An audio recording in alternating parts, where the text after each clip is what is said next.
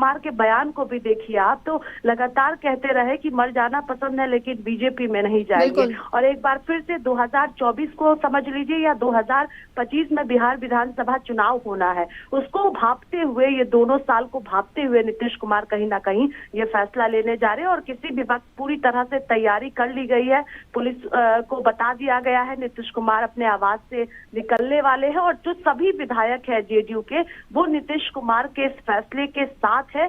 अब बीजेपी के समर्थन का इंतजार किया जा रहा है। जी बिल्कुल, देखिए स्वाति, अब तो ये भी बड़ा सवाल है कि अब इंडिया गठबंधन का क्या, क्योंकि नीतीश कुमार ही वो शख्स है जिन्होंने इंडिया गठबंधन को मजबूती से जोड़ने की कोशिश की, लेकिन अब तो इंडिया गठबंधन के लिए बड़ा झटका हो गया है। आगे क्या कुछ अगर देखा जाए सियासी के तौर पर, तो इंडिया गठबंधन अब कहीं नजर नहीं आएगा क्या?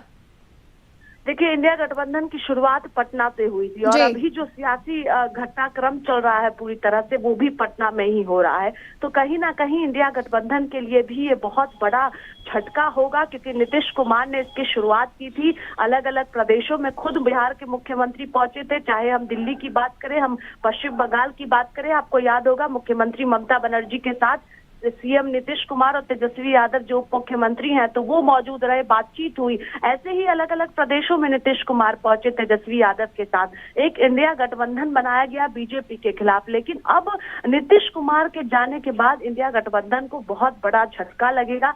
क्या भविष्य होगा ये देखना महत्वपूर्ण होगा, क्योंकि अभी भी सीट शेयरिंग को लेकर अलग अलग प्रदेशों में बात नहीं बन पा रही है। किस तरह से बात बनेगी ये देखना महत्वपूर्ण होगा। लेकिन इंडिया गठबंधन पर कहीं ना कहीं अभी तक संशय बना हुआ है।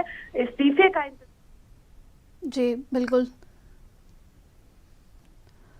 तो देखिए, अब जिस तरीके से लगातार सियासी हलचल तेज होती जा रही है, बड़ी खबर हम आपको बता रहे हैं, सूत्रों के हवाले से ये बड़ी खबर सामने आई है कि नीतीश कुमार ने इस्तीफे का ऐलान कर दिया है। अभी उनकी मीटिंग चल रही थी, अब इसके बाद वो राजभवन के लिए रवाना हो रहे हैं। हम लोग भी उस पर नजर गड़ाए हुए हैं। आज मेरे राष्ट्रीय अध्यक्ष भी आने वाले हैं। अब जब गतिविधि, राजनीतिक गतिविधि उतल पुतल जब होता है, तो स्वाभाविक है कि इसका प्रभाव, दुष्प्रभाव समाज पे होता है। तो हम भारतीय जनता पार्टी मूक दर्शक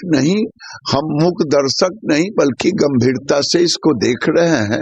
जब परिस्थितियां स्पष्ट सामने आने पर भारतीय जनता पार्टी का नेतृत्व इस पर निर्णय लेगा। बिहार के अंदर लोगों के, जो बिहार के लोगों के मन में है, ऐसे तो हम लोग मन की बात आज सुन ही रहे हैं, लेकिन बिहार के लोगों के जो मन में है उसकी तरफ इशारे अच्छे हैं। और पार्टी सारी चीजों को सोच विचार के निर्णय लेगी, लेकिन बिहार के लोगों के चेहरे पर जो आम बिहारी हैं, उनको उनके चेहरे पर इस बात का प्रतीत हो रहा है कि बिहार में कुछ अच्छा होने वाला है।